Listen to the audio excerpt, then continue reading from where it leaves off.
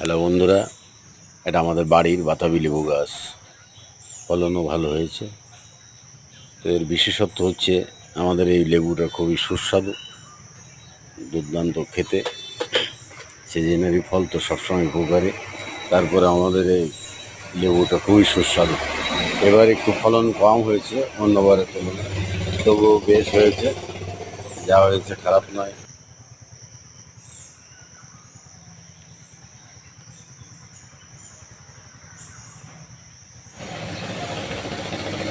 আমাদের বাড়ির এই গাছটার বিশেষত্ব হচ্ছে দুর্দান্ত টেস্টি,